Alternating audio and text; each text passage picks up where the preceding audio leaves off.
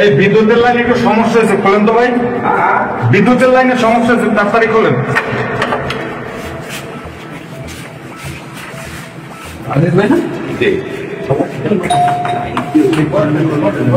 কত নম্বরে?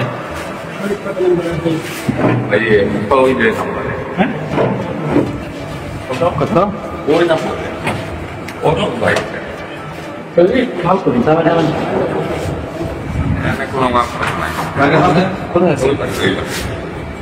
মোবাইল মারবে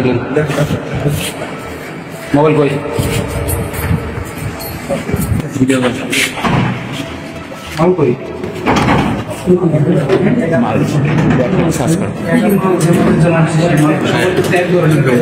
সবাই ব্যাগ একটা এটা কি জিনিস? এটা কি জিনিস? এটা সামনের মতো এটা কিনছে কি করে নাস্তা রান্না নাস্তা রান্না খায় নাস্তা রান্না করে খায়। তারপরে বিদ্যুতের সমস্যা হয়েছে। না না না এখানে এখানে থাকো।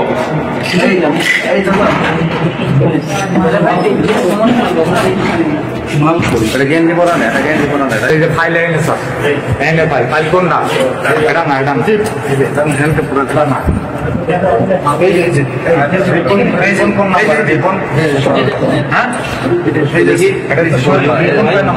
ঠিক আছে ঠিক আছে দেখছো উপরে উপরে আছে উপরে আইলে আছে হ্যাঁ ফাইলা মেডিসিনটা বুঝাইতে উপরে আছে কত নম্বরে আরো দেখো হ্যাঁ শরীরটা দিব না কত নম্বরে হ্যাঁ আর কেডা রিপন স্যার আর কেডা থাকিল নাকি তোর মানে কয়জন উপরে আছে কয়জন হ্যাঁ আর কেডা রিপন আইতো মানে কই প্যান করো রিপন কত নাম্বার এটা জিজ্ঞেস কত নাম্বার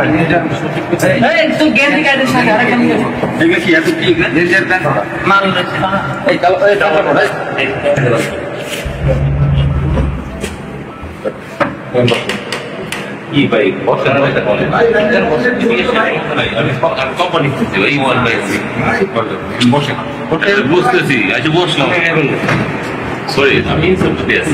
বসেন আমরা তো কেউ কিছু বলছেন আপনি বসেন চলে আসো। অভিযান 11 জন সদস্যকে সাধারণ মানুষকে অজ্ঞান করার বিপুল পরিমাণ আলামত সহ আমরা গ্রেপ্তার করতে সক্ষম হই। গোয়েন্দা সূত্রে আমরা জানতে পারি এ সকল অপরাধীরা আসন্ন ঈদুল আজহাকে লক্ষ্য রেখে তারা তাদের কর্মপরিকল্পনা সাজাচ্ছিল এবং তারা সাধারণ মানুষ বা গরু ব্যবসায়ীদের বিভিন্ন ফাঁদে ফেলে সর্বস্ব লুটে নেওয়ার পরিকল্পনা করছিল।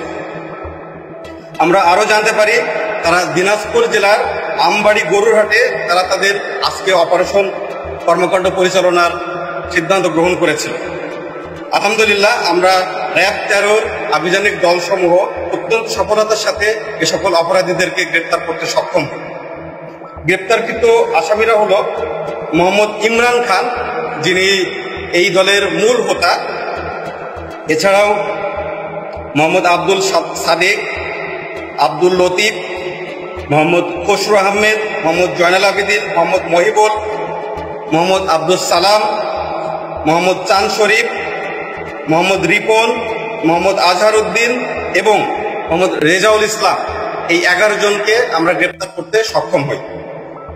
আজ আনুমানিক ভোর 5টার সময় কোতোয়ালি থানাধীন হোটেল এম রহমান, এরপর হোটেল জামাল এবং পরবর্তীতে হোটেল সানমুনে ধারাবাহিক অভিযান করে আমরা এই 11 জনকে গ্রেপ্তার করতে সক্ষম হই এবং গ্রেপ্তারকালীন আমরা বিপুল পরিমাণ চেতনানাশক ঔষধ তাদের কাছ থেকে উদ্ধার করি এবং মানুষকে খাওয়ানোর জন্য 10 কৌটা চেতনানাশক হালুয়া এবং অন্যান্য সরঞ্জামাদি তাদের কাছ থেকে উদ্ধার করতে সক্ষম হই।